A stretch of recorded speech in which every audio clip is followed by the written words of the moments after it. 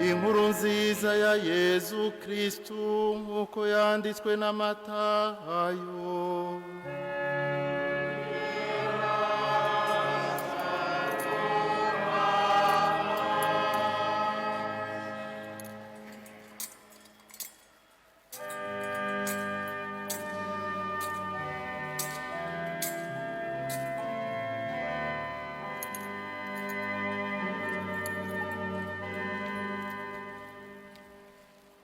Aho Yezu yavukira i Betelehemu mu Buyudeha ku ngoma y'umwami Herodi, abamajusi bashitse i Yerusalemu bavuye mu buseruko bw'izuba bavuga bati, umwami w'abayahudi aheruka kuvuka ari hehe?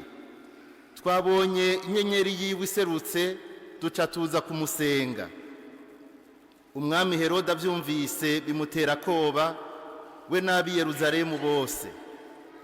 Akoranya rero abakuru mu basaserdoti n'abigisha bose ababaza iyo Kristu azovukira.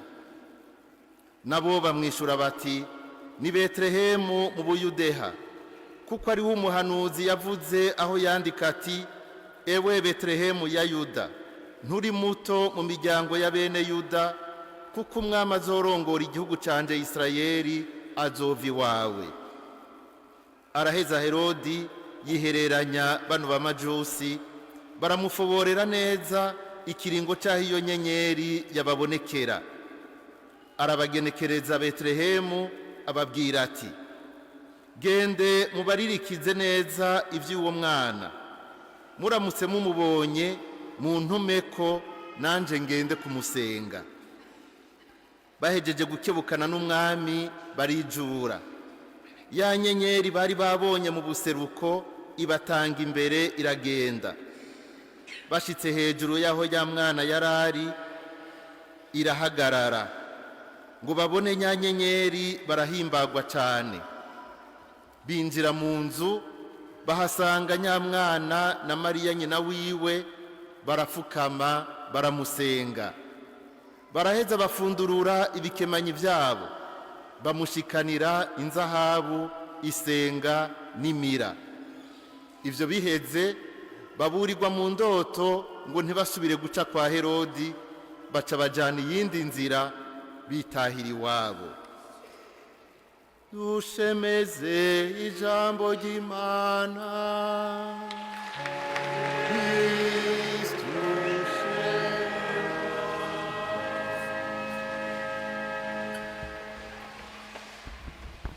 Umwami w'abayahudi aheruka kuvuka ari hehe? Twabonye inyenyeri yiwe iserutse duca tuza kumusenga. Aba bamajusi twumvise baje bava kure, batubwiye ko baje bava mu buseruko. Muga mu vy'ukuri baje bava mu mpande zitandukanye z'isi, ariko hari aho bahuriye kugira ngo bace bafatanya urugendo rubashikana i Yerusalemu.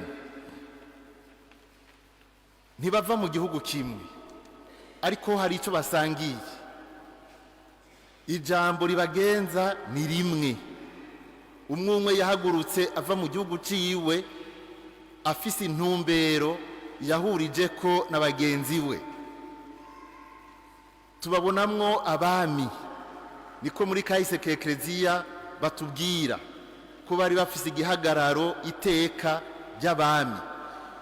Mugabo kandi abamajusi muri Bibiliya babavuga nk'abantu b'abahinga, incabwenge, abashakashatsi bazi kugendereza ivy'ikirere, ivy'inyenyeri, mbere bafise n'ubumenyi. Bamwe bashobora kubita barumenyi,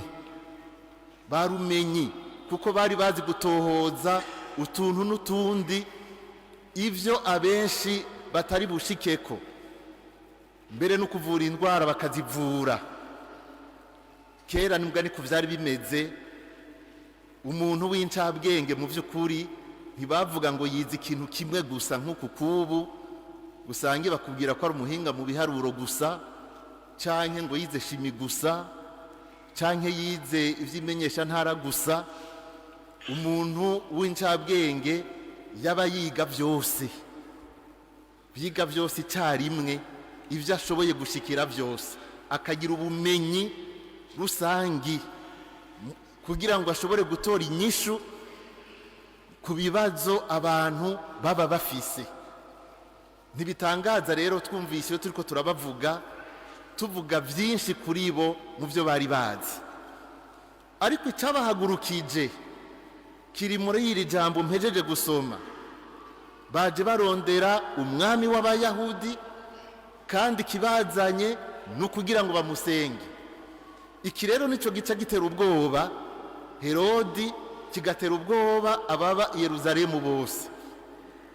Kandi ugerageje kubizirikana, birumvikana ko vyabwirizwa gutera umutima uhagaze Herodi na bagenzi we n'ab'i Yerusalemu bose.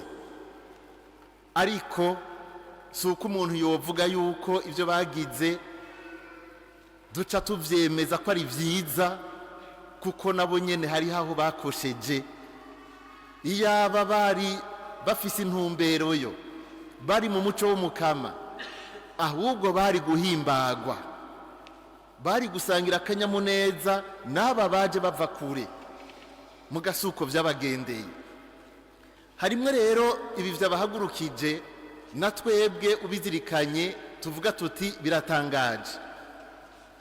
Ikibazo bashitse babaza, umwami w'abayahudi aheruka kuvuka ari hehe?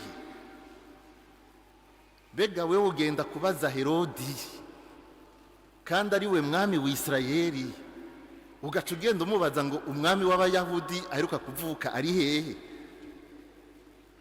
Mbe Herodi wewe abaye uwande uze kumubaza ngo umwami w'abayahudi ari hehe? Umenga umubwiye uti erega umwami w'ukuri si wewe, umwami w'ukuri aheruka kuvuka ari hehe? Kandi nkako mu mutima wiwe uyu Herodi n'ab'i Yerusalemu bose bari bazi neza ko atari umwami w'ukuri. Yarazi neza ingene yashitse ku ngoma ya Isirayeli mu buryo buhinyitse, bwa buryo mu mvugo y'ubu dukunda kuvuga bw'amanyanga, afashijwe n'abaromani bamushizeho, kuko nibo baganza isi ico gihe, nibo bari bamuhagarikiye. Mu ntwaro yiwe rero agaca akoresha iterabwoba ryinshi, ku buryo atinya uwoza wese amera nk'umuhinyuza canke amutera ikibazo. Abakera banditse baratubwira yuko mubo yagiye arica, kuko hagize umuntu yikeka ko akantu yaramwica. Baratubwira yuko atatinya kwica nabo mu muryango wiwe, abahungu biwe n'umugore wiwe ntiyabageze umutwe, nabo barabaciye umutwe. Murazi ko yahavuye aca umutwe Yohani Batista.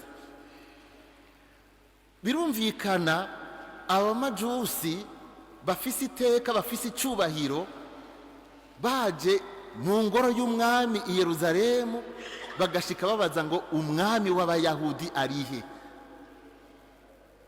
Uyu bari kumwe, uyu baje bagana, mbega ubwami bwiwe wewe buca bujahe, buteye guti?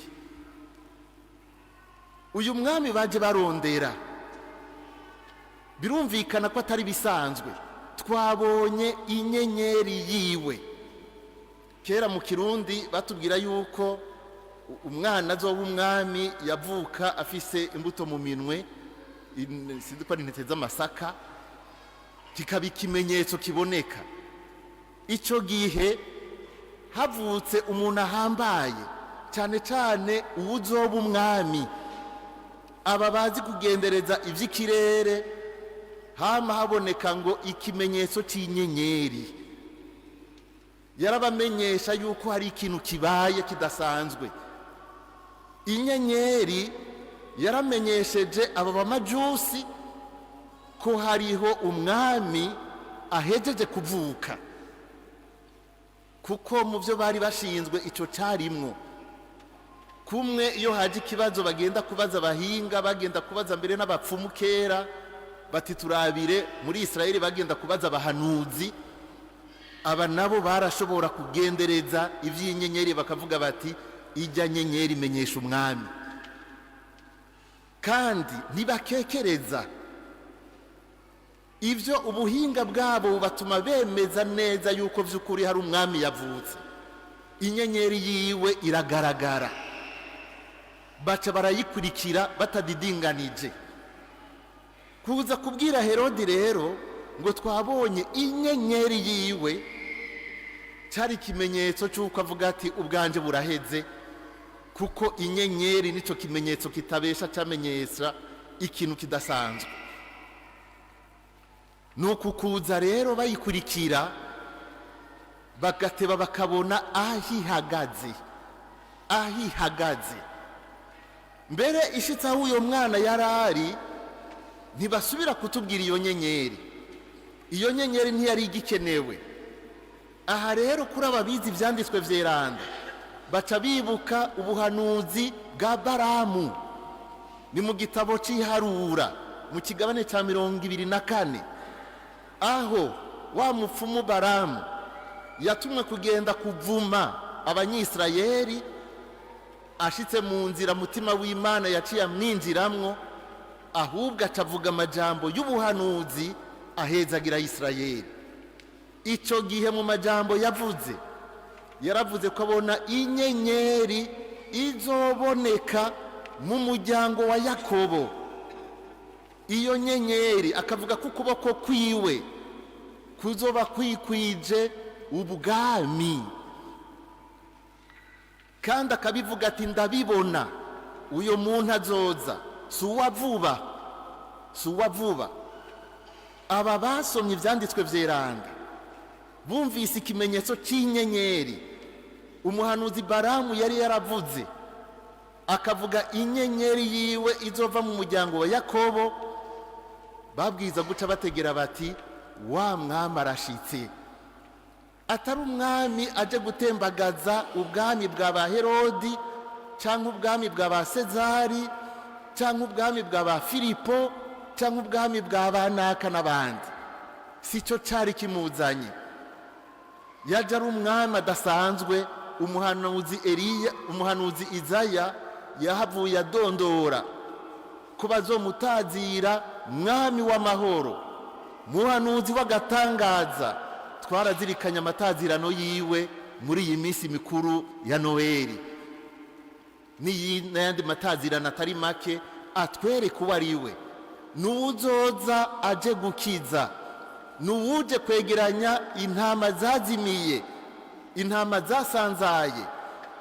Igikorwa kimuzanye si ukuza gutembagaza ubutegetsi ubwo ari bwo bwose, aje gukiza imitima, aje kuba umwami w'imitima.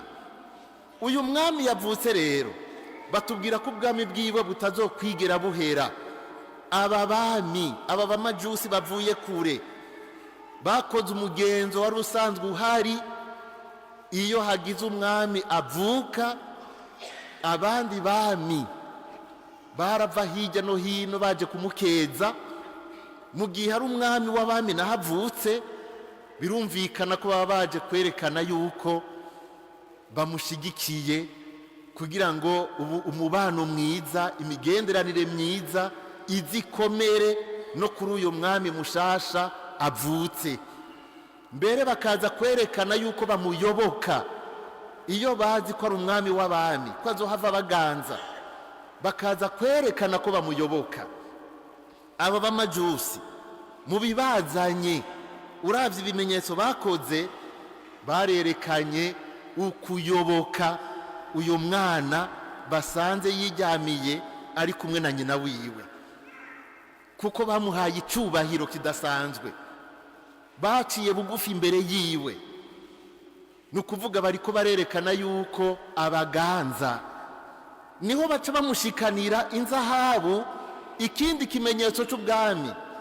Inyenyeri ikimenyetso cy'ubwami, ikimenyetso cy'intsinzi. Mugabo kandi inzahabu ikimenyetso cy'ubwami, ikimenyetso cy'ububasha n'ubutunzi. Nivyo bamuzaniye mu kubimushikiriza.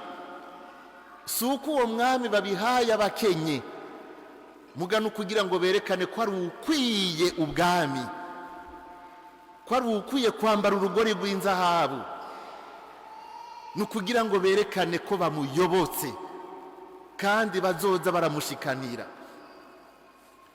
Iki ni cya mbere gitangaje, gushika babaza ngo umwami w'abayahudi ari hehe, ni ukuvuga ko ari umwami adasanzwe. Aha rero mu nkuru nziza ya Matayo nta na hamwe batwereka Matayo asubiye kuvuga ngo umwami Herodi. Uwo wakoranije aba bantu, uwo dukwiye kuza tugana, ni uyu mwami ahejeje kuvuka. Ikigira kabiri ni uko baciye bavuga ngo tuje kumusenga, ntibavuze ngo tuje kumuraba, ntibavuze ngo tuje kumushikanira, ntibavuze ngo tuje gukura ubwatsi, bavuze ko baje kumusenga. Iki nacyo kirashobora gutangaza. Mu gihe cy'umwami Salomoni, umwamikazi wo mu bumanuko, umwamikazi w'Isaba, yaje ava kure azanye amashikanwa menshi, inzahabu nyinshi, ifeza, mbere ni n'aya mavuta y'agaciro arashiramwo. Nta na hamwe avuga ngo ngiye kuraba Salomoni, ngo ngiye kumusenga, ntibibaho. Yavuze ati ngiye kumuraba, ngiye kumviriza ubwitonzi bwiwe, ndaje kugira ngo nibonere ingene arongora igihugu, hanyuma nanjye ndahigire. Mugabo aba bakoresheje ijambo ngo tuje kumusenga. Mbega uwo mwami basenga we ni nyabaki?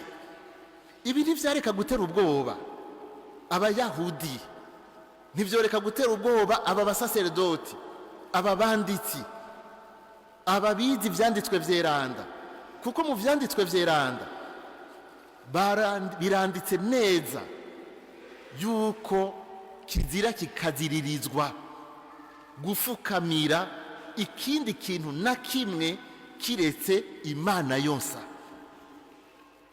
Kirazira gusenga ikindi kintu na kimwe, nta muntu n'umwe asengwa kiretse Imana yonsa. Mbere ibwirizwa rya mbere muri ya mabwirizwa y'Imana nico ritubwira, nico kidutegereza, usenga Imana yonsa, uyikunde kurusha byose. Aba nabo baca barinamura, babwira Herodi, babwira abantu biwe, umwami w'abayahudi ari hehe, twabonye inyenyeri yiwe, no kuvuga inyenyeri y'ubwami, ngo tuje kumusenga. Uwo muntu basenga ni nyabaki? Ikiro murumva yuko ari ijambo ridasanzwe, ari ijambo riremereye cyane, ijambo rikomeye, tuje kumusenga. Naho twavuze yuko iyi nyenyeri batubwiye yasigura ubwami, biragoye gutegera ingene bazirikanye bagategera yuko uwo mwana yavutse atari umwami asanzwe nk'abandi bami b'abantu. Ingene boba barategereye yuko uyu mwana yavutse ari Imana yigize umuntu, ibi biradusiga. Ariko icyo tubona nuko muri bwa bushakashatsi bwabo, Imana yo nyene Yezu atubwira ngo ntawuzi wanje data atari wa mukwega kweze. Mutima w'Imana yarabumvishije ko uyu mwana ego babona ari umuntu, ariko ni Imana hagati yacu. Iyaba Matayo yarakihari, no mubajije ikibazo iyo tubwira ukatuganirira gusumba, ukatubwira ingene bahishuriwe ivyo bintu, kuko bavuze neza bati tuje kumusenga. Iri jambo kuri twebwe rica ritwibutsa ivyo twagiye turazirikana muri iyi minsi yose ya Noweli. Jambo yarigize umuntu, abana natwe. Umuhanuzi Izaya ati umwigeme agiye gusama inda, azoyivyaramwo umuhungu, bazomwita Emanueli, nukuvuga imana turi kumwe, imana mu bantu, imana yigize umuntu iza kubana natwe. Muri uyo mwana ntitugenda kumuraba nk'akana gatoyi, ntitugenda kumuraba nk'umuntu gusa, tugenda kumuraba tugiye tugana jambo yigize umuntu, wa wundi yakoze yaremye byose, wa wundi atana kimwe kitaremwe atarimwo. Imana yonyene yigize umuntu, kumwe umuhanuzi Ezekiyeli yavuga ati nzokwiyizira jewe nyene nze kubiragirira, nzokwiyizira jewe nyene nze kubegeranya, nze kubakura iyo basanzariye mu makungu, jewe nyene nzokwiyizira. Muri uyo mwana ajyanye mu bwato, muri uyo mwana baje bagana, harimwo wa wundi yavuga ati nzokwiyizira.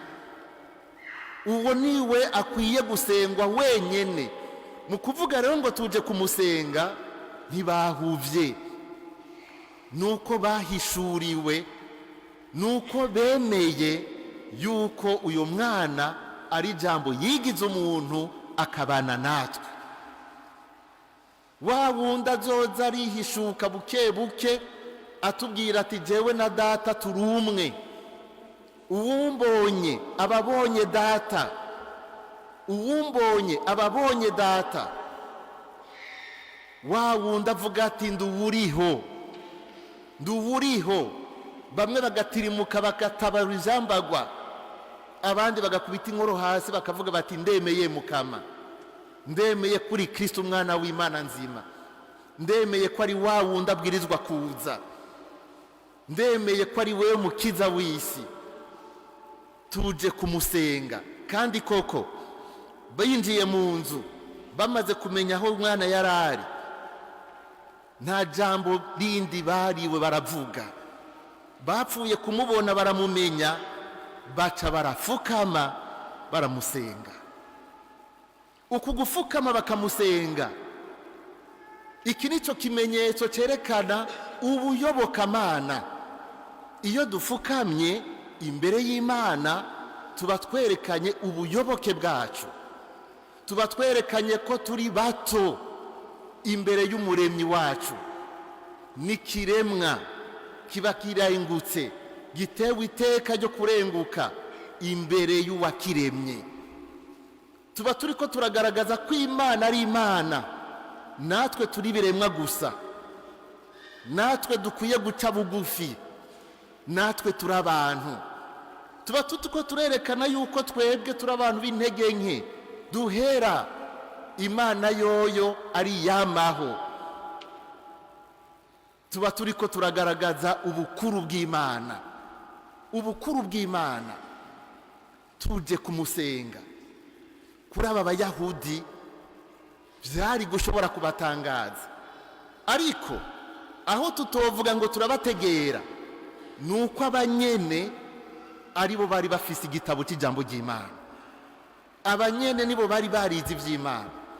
Abanyene nibo Herode ahamagaye abahinga bose mu vy'Imana, yavuze rimwe baba bitoye nk'ejo bati ni Betlehemu, kuko umuhanuzi Mishe niko yavuze ati ewe Betlehemu, nturi muto mu bisagara by'Isirayeli, kuko iwawe niho hazova umwami azorongora igihugu canje Isirayeli. Mu by'ukuri aba bahinga mu vyanditswe vyeranda baje kwemeza ivyo abamajusi bavuze ati umwami w'Abayahudi. Nabo baca barashimika bati umuhanuzi yavuze ngo ahazova umwami azorongora Isirayeli ni Betlehemu.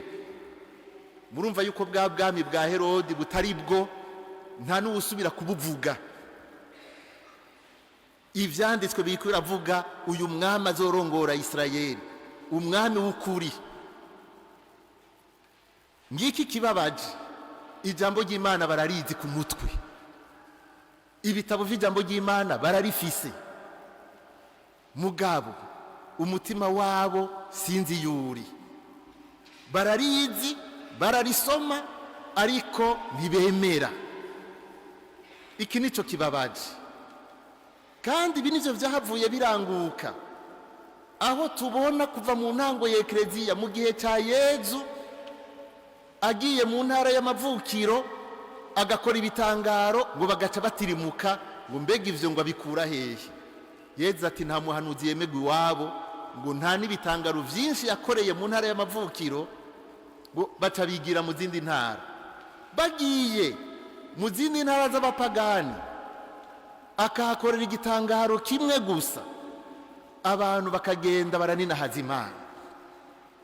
Mbere n'abatumwa niko vyabagendeye, turabona ba Paulo mweranda bakunkumura inkungugu ku birenge vyabo kubera yuko abayahudi banse kwemera. Usanga baca batwagwa n'agatima k'ubwishime, umuntu akiyemera ngo je ngo turi igihugu catowe n'Imana, ukamenga kuba igihugu catowe n'Imana ni kwizina gusa, ni kumunwa gusa. Uko gusenga ko kumunwa, uko kwibwira ngo twarabatirijwe, uko kwibwira ngo twebwe twarakwije twaronse amasakramentu yose, tugaca twibwira ngo twarashitse, birimwe umutego mubi. Kuko naba bibwira bati twarashitse, turi igihugu c'isezerano, turafise ijambo ry'Imana, mugabo vyabananiye kurisoma ngo bugurura amaso ngo bamenye ko vyabiha Imana yari yabaraganiye vyashitse.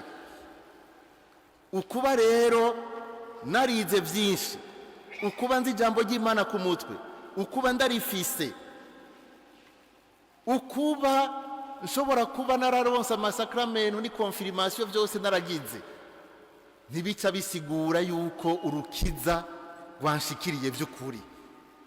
Ivyo nivyo bidufasha gushikira urukiza. Ibi nivyo bitumurikira, bitwereka inzira. Murumva ko bashobora kumurikira abandi ariko bo ntibajeyo. Ni nka bimwe Yezu yabwira abigishwa ati, bajya abafarisayo mubona, murumviriza ivyo bababwira mubikore, mugabo ivyo bakora ntimubigane. Ivyo bavuga ni ivy'ukuri kuko n'ivyanditswe, mugabo ivyo bakora n'ibindi.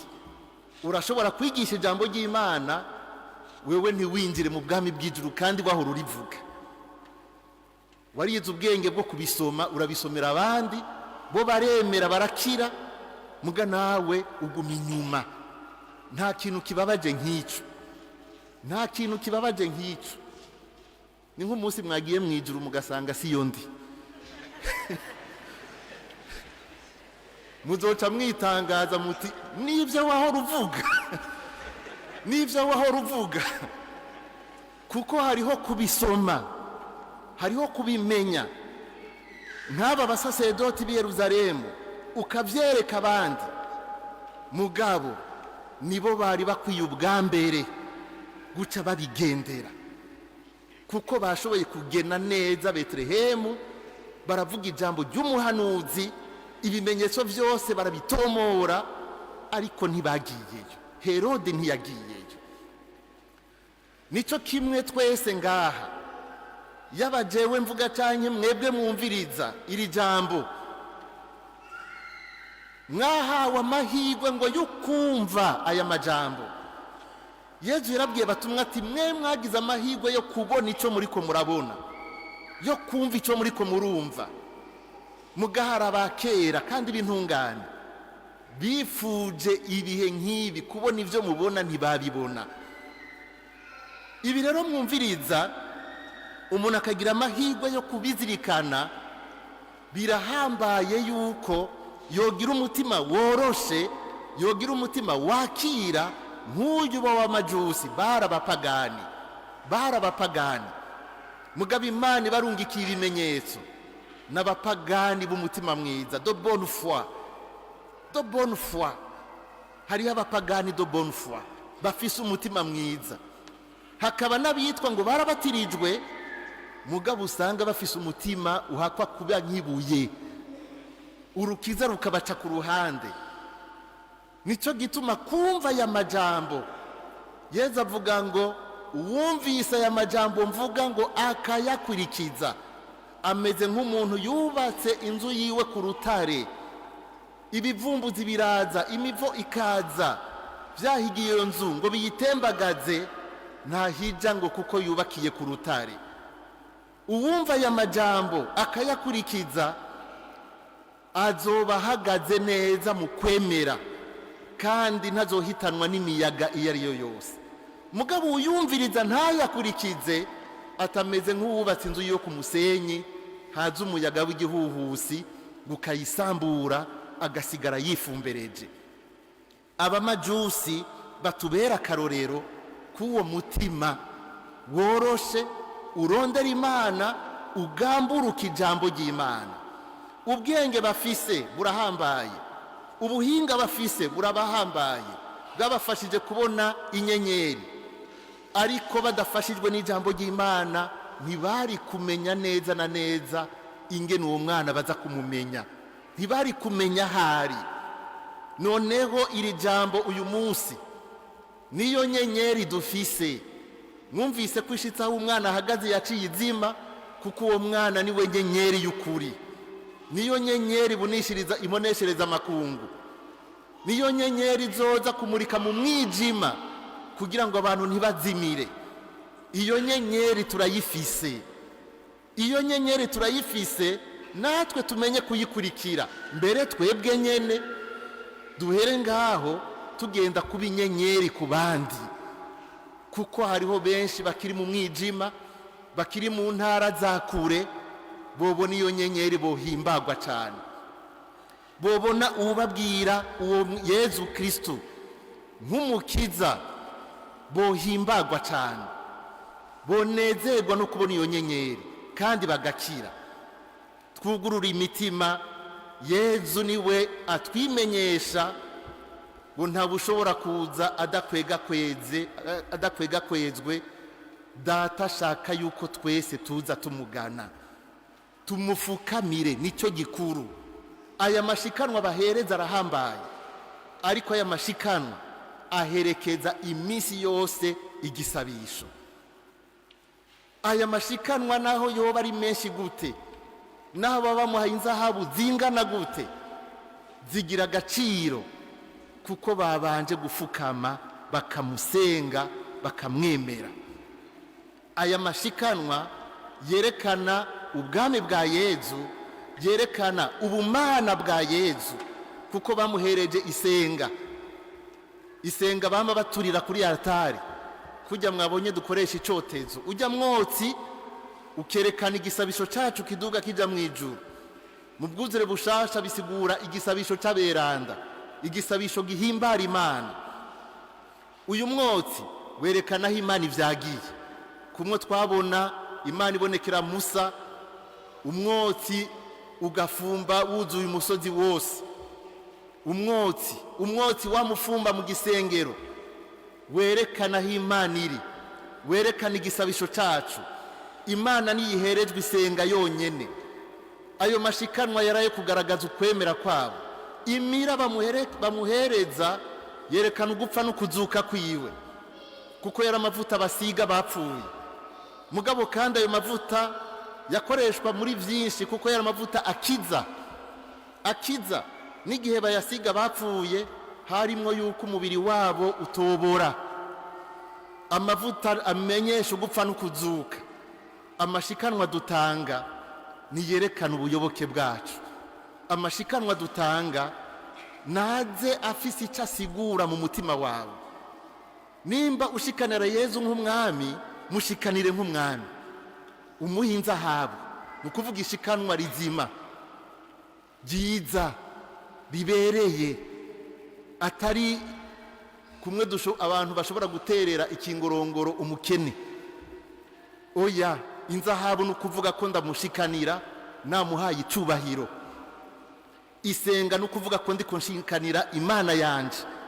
Ishikanwa ntanga bikabishikanwa ryo gukenguruka ivy'Imana yangiriye, bikabishikanwa ry'ubuyoboke, bikabishikanwa gerekana ukwemera kwanje,